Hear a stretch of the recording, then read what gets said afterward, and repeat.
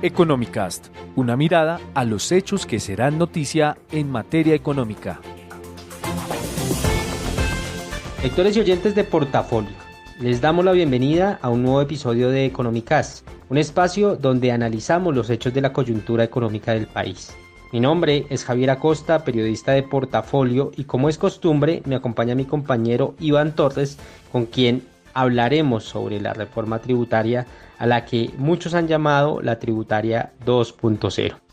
Para analizar este tema está también con nosotros Andrés Pardo, ex viceministro de Hacienda y director de Estratégica Macroeconómica para América Latina en XP Investment. Bienvenidos. Gracias, Javier, por la presentación. También vale la pena notar que el nuevo ministro de Hacienda, José Manuel Restrepo, ya empezó a reunirse con los distintos sectores de la sociedad para lograr consensos y conseguir una nueva reforma fiscal en la que ha sido claro en afirmar que no habrá impuestos que afecten el bolsillo de la clase media y baja. Ya entonces estamos esperando a que entreguen un nuevo texto y que pueda discutirse en el Congreso próximamente. Así que yo quisiera darle la palabra a Andrés Pardo preguntándole precisamente, ¿es posible que con esta nueva reforma las calificadoras de riesgo de pronto le rebajen la nota crediticia al país? Iván, muchas gracias, y Javier también, muchas gracias por la invitación. La primera cosa es que realmente el tema que ocurre aquí es que Colombia está en una situación fiscal frágil antes de entrar a la pandemia. Está en un proceso de mejora, pero pues con la pandemia el déficit fiscal aumentó de manera muy significativa y la deuda también aumentó en unos montos pues muy importantes en cuestión de un solo año. Entonces la razón por la cual Colombia necesita hacer una reforma fiscal relativamente pronto no es tanto por hacer un ajuste fiscal este año o el próximo año, sino que necesita enviar un mensaje a los prestamistas, la gente los inversionistas que le prestan dinero tanto en el exterior como a nivel local, de que tiene una hoja de ruta, un plan fiscal adecuado para poner la deuda en una senda que sea sostenible. Básicamente el tema es que hoy en día tenemos una deuda como porcentaje del PIB que pesa más o menos 65%, cuando hace un año larguito estábamos por debajo de 50%. Y si no se hace nada, las previsiones que dan es que dentro de 10 años posiblemente estamos superando el 100% del PIB. Entonces los prestamistas pues lo que quieren es decir, mire, yo le presto plata a usted, Colombia, pero para mantener unas tasas de interés relativamente bajas, pues lo que quiero saber es que usted tiene un plan para hacer una corrección y un ajuste de sus cuentas fiscales que hoy en día, con las previsiones que hay, pues no parecen estar ajustadas. Y las agencias calificadoras pues son las que están mirando, son como el data crédito internacional, digámoslo así, y son las que están mirando efectivamente qué tan buena paga es Colombia. Entonces pues las agencias calificadoras pues también en últimas también están mirando algo similar que lo que están esperando los mercados internacionales. Si Colombia hace un ajuste fiscal de mediano plazo más o menos en línea con lo que ha mencionado el nuevo ministro de Hacienda, que más o menos es del orden de unos 14 billones de pesos de recaudo, pero con un aumento en el gasto para un gasto social en donde se extiende el ingreso solidario y posiblemente se extiende también, se aumenta, digámoslo así, la compensación del IVA. Estamos hablando de un ajuste que es mucho más pequeño del que originalmente se estaba planeando con la reforma que se cayó. Yo creo que eso podría dejar a Colombia en una situación todavía precaria, pero posiblemente los mercados y las agencias de riesgo podrían decir, mire, con esto puede ser suficiente y le damos un margen de espera adicional al que le daríamos si usted no hace nada. Porque muy posiblemente con las primeras pintadas que nos ha dado el ministro de Hacienda, todo parece indicar que esta reforma pues termina siendo un poquito parche de corto plazo, de mediano plazo. No es una reforma, no parece ser una reforma de tipo estructural, y lo más seguro es que más adelante se necesite otra reforma tributaria. Pero las agencias calificadoras yo creo que son conscientes de eso y dicen, mire, por lo menos con que usted comience a darme unas primeras señales de que tiene la intención de hacer un ajuste fiscal que sea creíble, que se pueda cuantificar dentro de un año, o sea, que usted me diga el próximo año comienzan este mayor recaudo, lo que sea, así sea un poquito más, no necesariamente los 14 billones de pesos, pero que comience ese aumento en el recaudo, que conduzca a un ajuste fiscal hacia los próximos 12, 3 o 4 años, teniendo en cuenta que toca darle espacio a la recuperación económica para no ahogarla. Yo creo que las agencias calificadoras podrían estar en una posición en la que dicen, ok, vamos un compás de espera y más adelante vemos a ver si se están cumpliendo esos números y qué otras medidas más adelante el gobierno colombiano podría tomar para enviarle ese mensaje a los mercados de continuar con esa hoja de ruta que ponga las finanzas en una tendencia sostenible. Andrés, usted hablaba ahora de la llegada del ministro José Manuel Restrepo al Ministerio de Hacienda. ¿Cuál es el papel y el desafío más grande que tiene que afrontar ahora para sacar adelante esta nueva reforma, teniendo en cuenta que hoy el panorama no es el mismo de hace 2 semanas? Sí, pues a ver, primera cosa, claramente lo que se necesita acá, y un poco ese ha sido el llamado que el mismo presidente de la República pues ha reconocido, es que se necesita algo que sea lo más consensuado posible. Entonces, el ministro tiene una labor titánica en este momento, que es sentarse con todos los partidos políticos, con todos me refiero, no solamente los que apoyan el gobierno y los que son independientes del gobierno, sino también con los de la oposición, sentarse con ellos, hablar con ellos y mirar cómo llegan a unos acuerdos lo más, de nuevo, consensuados posibles, de tal forma que se pueda llegar a una reforma fiscal que por lo menos comience a enviar ese mensaje inicial de que se comienzan a tomar las primeras medidas para comenzar a ajustar las cuentas fiscales en el mediano plazo. Pero pues no es una tarea difícil, digamos que claramente en este momento, pues primero viene un poco el malestar que hubo con la reforma que tuvo que retirarse. Estamos además en mitad de estas protestas muy fuertes y eso pues obviamente genera unas dificultades importantes a la hora de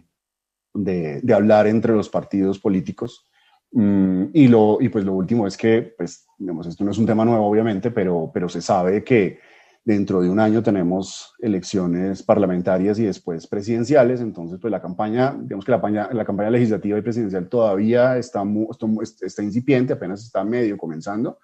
pero pues digamos que los actores que están interesados en llegar a esas elecciones, pues ya están comenzando a mirar y a mover las fichas y a mirar hacia futuro cómo es que va a ser esa situación. Pero digamos que sí hay una urgencia del ministro de tratar de lograr ese consenso, y yo creo que una de las cosas positivas que tiene el nuevo ministro es que es una persona que, pues, además de ser un economista brillante, tiene precisamente un tono conciliatorio, ya sabe su camino dentro del Congreso porque lleva siendo ministro ya un buen tiempo y ha tenido que lidiar con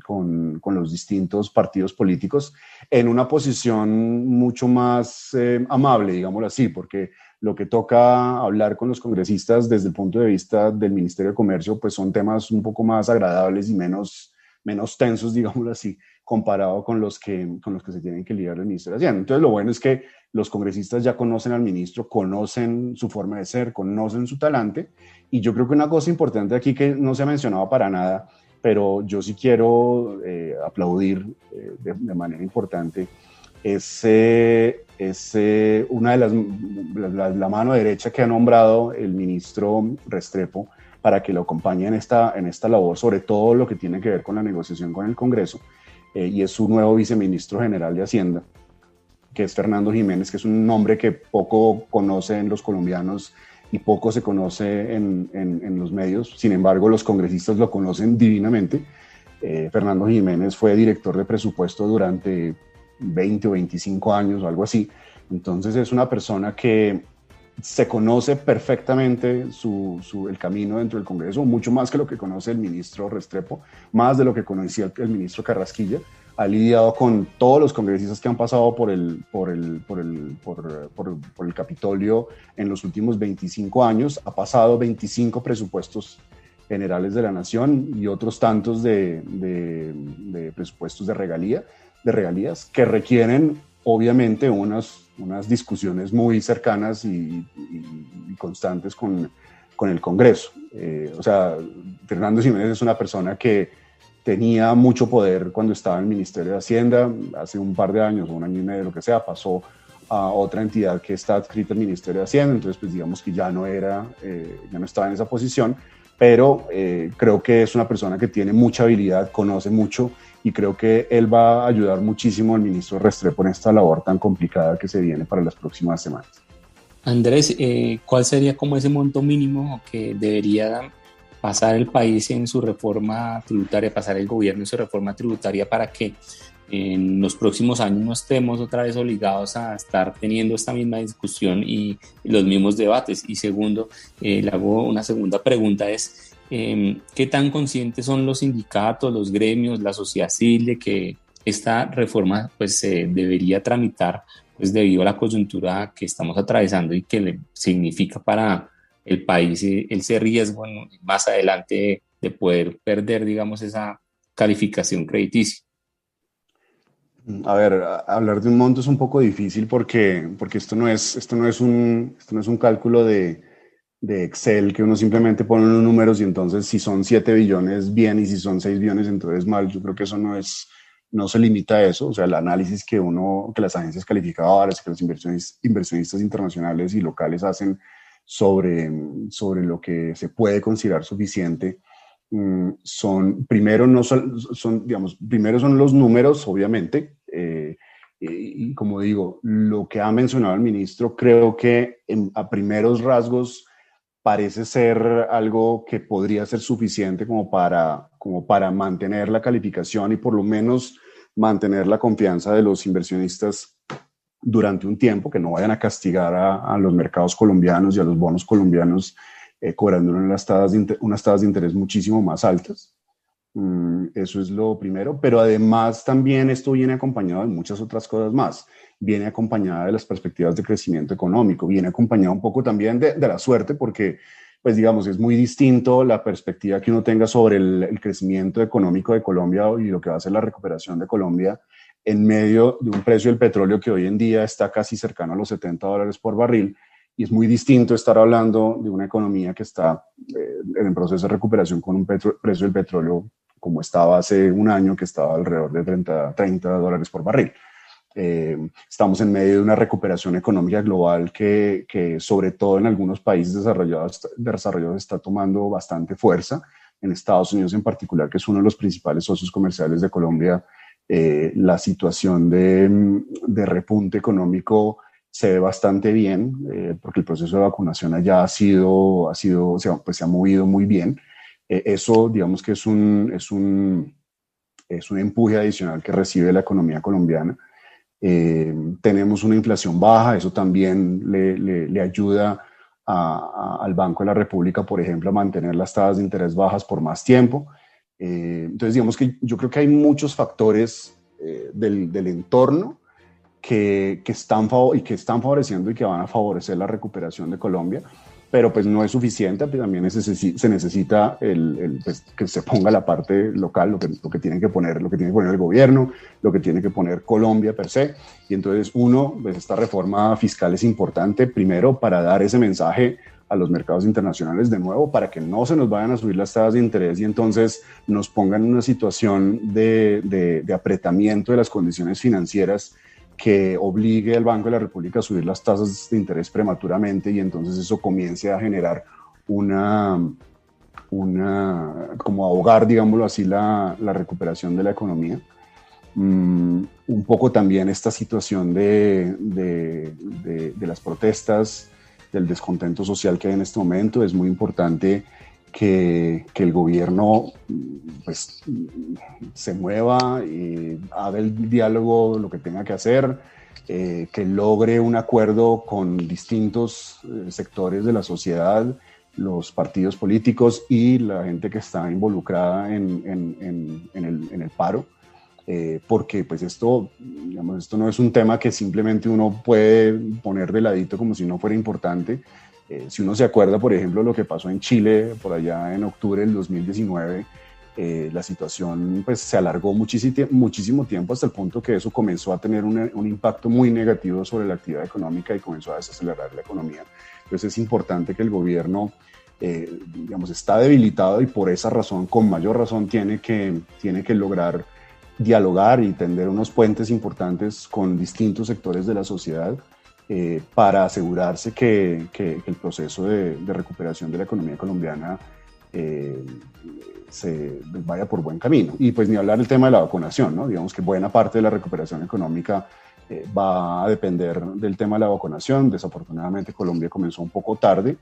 y eso va a hacer que la recuperación de Colombia pues, se demore un poco más con respecto a otros países en donde la vacunación va mucho más avanzada, pero es importante que Colombia acelere el ritmo de vacunación. Recientemente, en los últimos días, pues hemos tenido unos días en los que la vacunación incluso ha superado los 200.000 vacunados por día, que creo que es una buena noticia. Y eso, pues, en alguna medida tiene que ver con que las vacunas están llegando en unos montos mucho más grandes que lo que estaban llegando anteriormente. Y eso, pues, afortunadamente, pues envía una buena señal. Esperemos que eso no se vaya a detener hacia adelante, porque sí es un factor muy importante dentro de la ecuación de qué tan rápido se puede recuperar la economía. Y pues digamos que en la medida que más o menos se cumpla el cronograma que tiene el gobierno, y es que de aquí hacia finales del año haya 35 millones de vacunados, o incluso si no se llega a ese cronograma, pero a un monto cercano, yo creo que eso deja unas perspectivas, por lo menos de crecimiento económico hacia adelante, que pueden ser positivas, pero de nuevo hay unos temas que tanto este gobierno como el gobierno que va a venir van a tener que atender y que van a tener que acompañar con esta reforma fiscal, que es una parte no más de todas las situaciones complicadas que tiene Colombia, para atender los problemas sociales que se crearon de manera tan significativa a raíz de esta crisis. O sea, hay que atender los temas de inequidad, de desempleo, que claramente es un tema que es una herida muy grande que está sufriendo la economía colombiana a raíz de la pandemia y que no se va a recuperar en el corto plazo. Y el gobierno tiene que sacar algunos programas especiales más allá de los que tiene en este momento, para asegurarse que la recuperación no solamente es un tema de crecimiento económico jalonado por unos temas externos, sino también que tiene unas bases fundamentales estructurales que lo pueden ayudar a pensar en una recuperación sólida y sostenible para los próximos 5 o 10 años. Andrés, quiero hablar precisamente sobre la conveniencia de haber presentado la primera reforma tributaria. ¿No cree usted que el gobierno se hubiera evitado tantos dolores de cabeza si hubiese hecho lo que hoy está haciendo? Es decir, tener un consenso con los partidos, con los sectores, con los gremios y la sociedad antes de poner sobre la mesa esa tributaria. Y por otro lado, ¿no era mejor presentar una reforma como la que hoy se está presentando, mucho menos ambiciosa? Esto teniendo en cuenta que la clase media y la más vulnerable, y bueno, en general toda Colombia, todo el país, ha sentido el impacto en su bolsillo por cuenta de la pandemia. Pues a ver, si nos paramos hoy en día y lo miramos en retrospectiva, pues claramente hubiera sido mejor no haber presentado la reforma como se presentó, más los posibles errores que pudo haber en la forma como se habló con algunos sectores antes de presentarla, la forma como se comunicó, la forma como se explicó.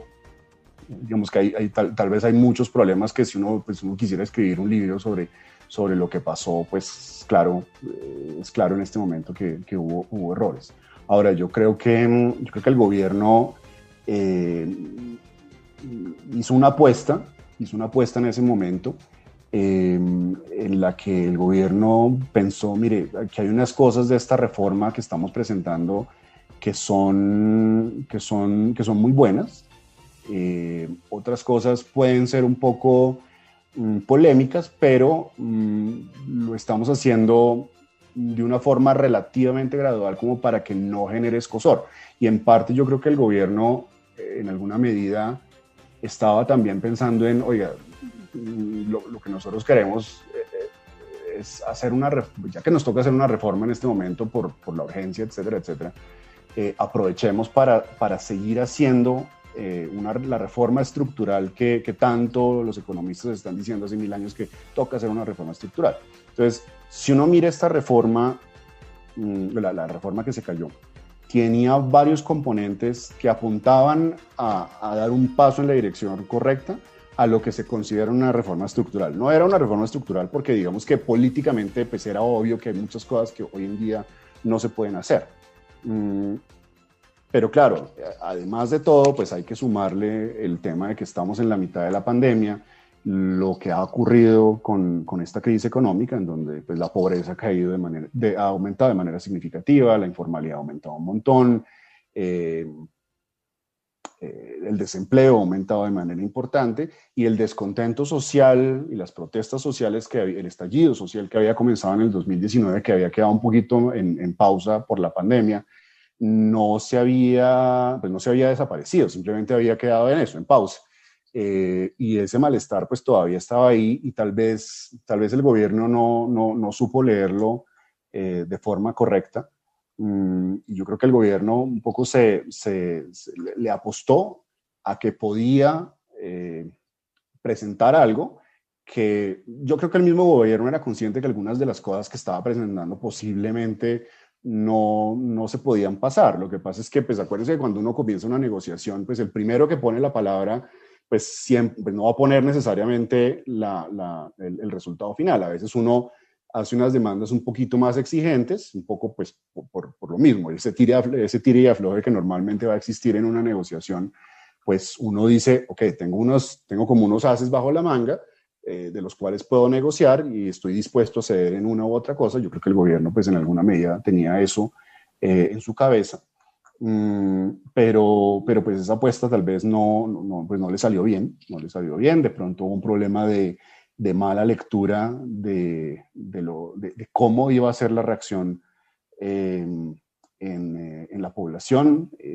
Yo creo que si uno se remonta un poquito a lo que pasó antes de la presentación de la reforma, si ustedes se acuerdan, en medios de comunicación varias veces uno de los viceministros de Hacienda estuvo varias veces en distintas entrevistas tirando algunas ideas de lo que podía ser la reforma. Y eso, pues dependiendo un poquito de cómo se fuera recibiendo, yo creo que el gobierno también estaba tratando de decir, ok, estamos mirando a ver si hacemos esto o no, y si de pronto vemos que la reacción no es tan buena, entonces lo reconsideramos. Y yo creo que esa fue un poquito la forma como llegaron a la propuesta final. Tal vez ustedes se acuerdan, hubo una presentación que hizo el ministro Carrasquilla unos días antes del articulado final, en donde la propuesta era incluso más ambiciosa que la que finalmente se presentó.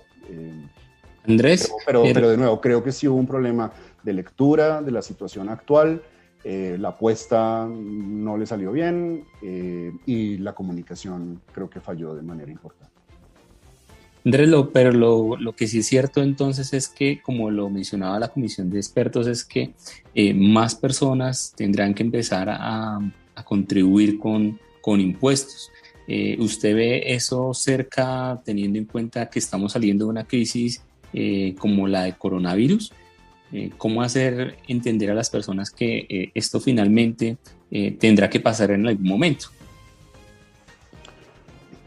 A ver, en esta reforma fiscal, como ustedes lo llaman 2.0, no va a ser. Ya el ministro fue muy claro en decir que las personas que hoy no pagan impuesto de renta, en la nueva reforma tampoco van a pagar impuesto de renta. El documento que sacó la última comisión de expertos tributarios, no era una recomendación de la reforma tributaria que tocaba hacer, era una recomendación de qué son las cosas que Colombia debería hacer para mejorar su estructura tributaria. Y es un insumo que iba a servirle al gobierno para decir, ok, ¿qué de las cosas que me está diciendo esta comisión de expertos desde un punto de vista técnico deberíamos hacer y cuáles de esas cosas, dada la situación actual, se pueden o no se pueden hacer? Y dada la situación actual no me refiero solamente a la situación política, sino a la realidad económica, a la realidad social. Entonces, esa es la primera cosa. Entonces, en el corto plazo eso pues, ya no va a ser. Más adelante, yo creo que ese es un tema que toca poner en el debate. Y yo creo que es un tema que, pues, digamos que mal que bien, el exministro Carrasquilla, pues es una persona que hace mucho tiempo ha venido abogando porque algunas de estas cosas que se trataban de hacer en esta reforma, eventualmente hay que hacerlas, porque pues Colombia cada vez más va siendo un país que pues antes era un país de, digamos, un país de nivel medio-bajo y ahora ya no es un país de ingreso medio-bajo, sino un país de ingreso medio, cada vez se acerca a ser un país de ingreso medio-alto. Y en la medida que además la pobreza en Colombia había venido cayendo de manera importante, pues entre menos gente pobre haya en el país, pues digamos que en teoría menos recursos debería uno destinarle a gente que ya hoy en día no lo necesita, porque en últimas pues ha salido de la pobreza y ya no necesita esas ayudas tan así. Y lo mismo ocurre en el otro lado del espectro de ingresos. La gente que tal vez hace 20 o 15 años era gente de clase media y que hoy es gente de clase media alta, por llamarlo de alguna manera, o gente que era de clase media alta y que hoy en día es de clase alta, pues de pronto es gente que hace 15, 20 años pues no tenía que tributar tanto, pero pues hoy en día por haber subido un poquito en esa escala de ingresos, pues de pronto sí debería tributar más y no nos podemos quedar simplemente en la misma distribución de hace 20 años en cuanto a subsidios y en cuanto a impuestos, como si no se hubiera movido nada en la escala de ingresos. Pero pues, digamos, con el retroceso tan importante que hubo con esta pandemia y además también con este tema político, implementar algo así es muy difícil, pero yo creo que eso es algo sí que toca poner en el debate más adelante, pero hay una cosa muy importante y es que parte de este descontento que hay en este momento social, en alguna medida está reflejando el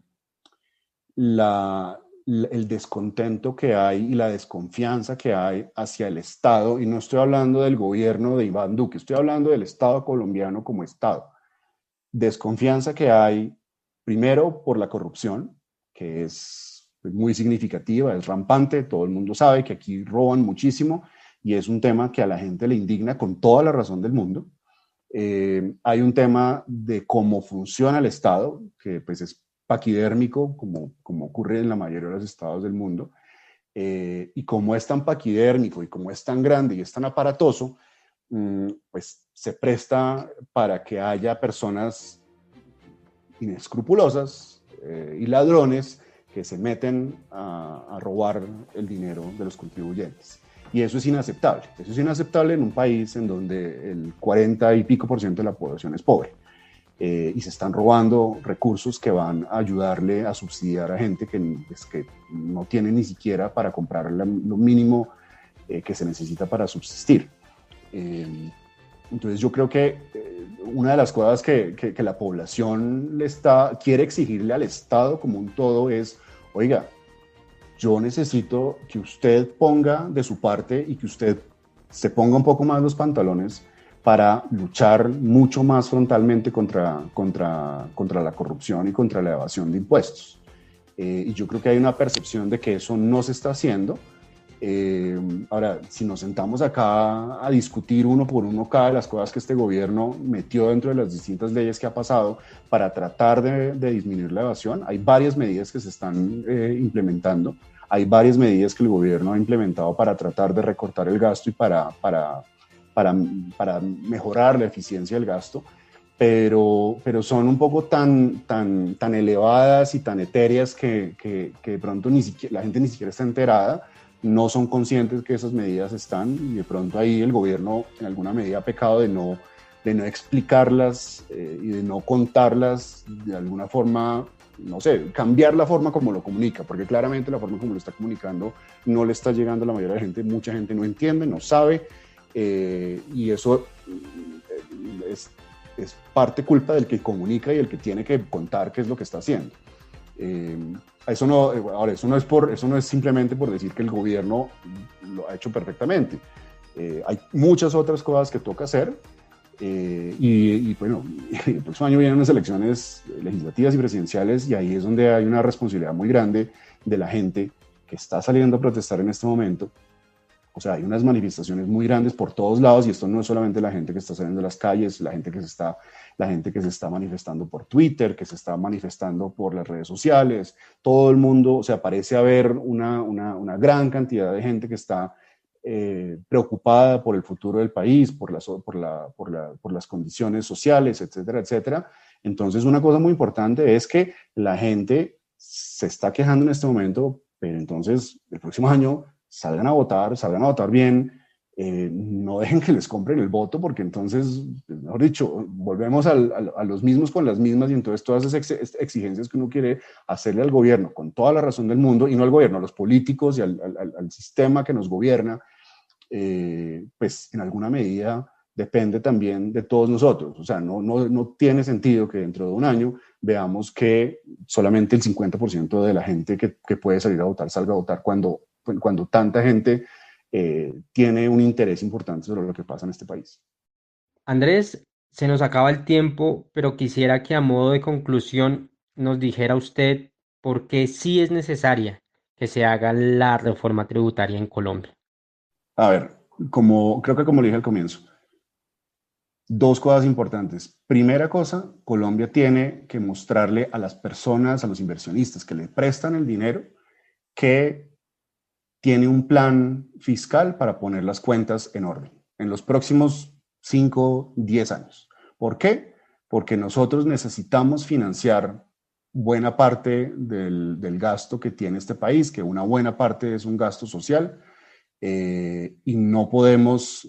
comenzar a financiarnos con unas tasas de interés que sean excesivamente altas, porque entonces se nos van a ir muchos más recursos a pagar los intereses de la deuda en vez de poderlos pagar usar para esos gastos que definitivamente son mucho más importantes y mucho más, son requisitos más importantes en este momento. Y la segunda cosa es que esta reforma fiscal, que va a ser, y lo llamo fiscal porque no solamente es un tema de aumentar los impuestos, sino que viene acompañado con un programa de gasto social, y es eso. Desafortunadamente esta pandemia le pegó demasiado duro a Colombia por una situación que estaba en un nivel importante de desequilibrio social antes de la pandemia, y generó un aumento muy importante de la pobreza, de desempleo, de informalidad, y el gobierno y el Estado le debe un poco a las personas, sobre todo las que estaban en la informalidad, porque al haberlos encerrado, tenga las razones o no tenga las razones, entendemos por qué se necesitaba hacer los confinamientos, pero el hecho de encerrar a una gente que depende del día a día y que se le quitaron los ingresos para poder subsistir, el gobierno tiene la obligación de poderle devolver en alguna medida lo que esas familias dejaron de recibir durante mucho tiempo. Y en este país con tanta pobreza, creo que es muy importante poder aprobar unos programas que en alguna medida traten de dar unos primeros pinitos de corregir esos temas de extrema pobreza. Estos temas no van a corregir el tema de fondo, creo que esto tiene que venir acompañado de muchas cosas más, pero es un primer paso que hay que hacer para que la gente que está en pobreza extrema, por lo menos irlos sacando gradualmente de esa pobreza a unos niveles en donde no estén en unos niveles de miseria, sino unos niveles mínimos de subsistencia por lo menos. Yo creo que el Estado pues en alguna medida sí es responsable de eso. Andrés, muchas gracias por compartir con nosotros este espacio. También a mi compañero Iván, muchas gracias a los dos por haber estado aquí y discutir este tema tan importante para el país. Gracias, Javier. Gracias, Javier. Gracias, Iván. Y a los lectores y oyentes de Portafolio, los invitamos a que continúen conectados a nuestro portal web www.portafolio.com. Hasta la próxima. Economicast, un podcast de Portafolio para la casa editorial El Tiempo.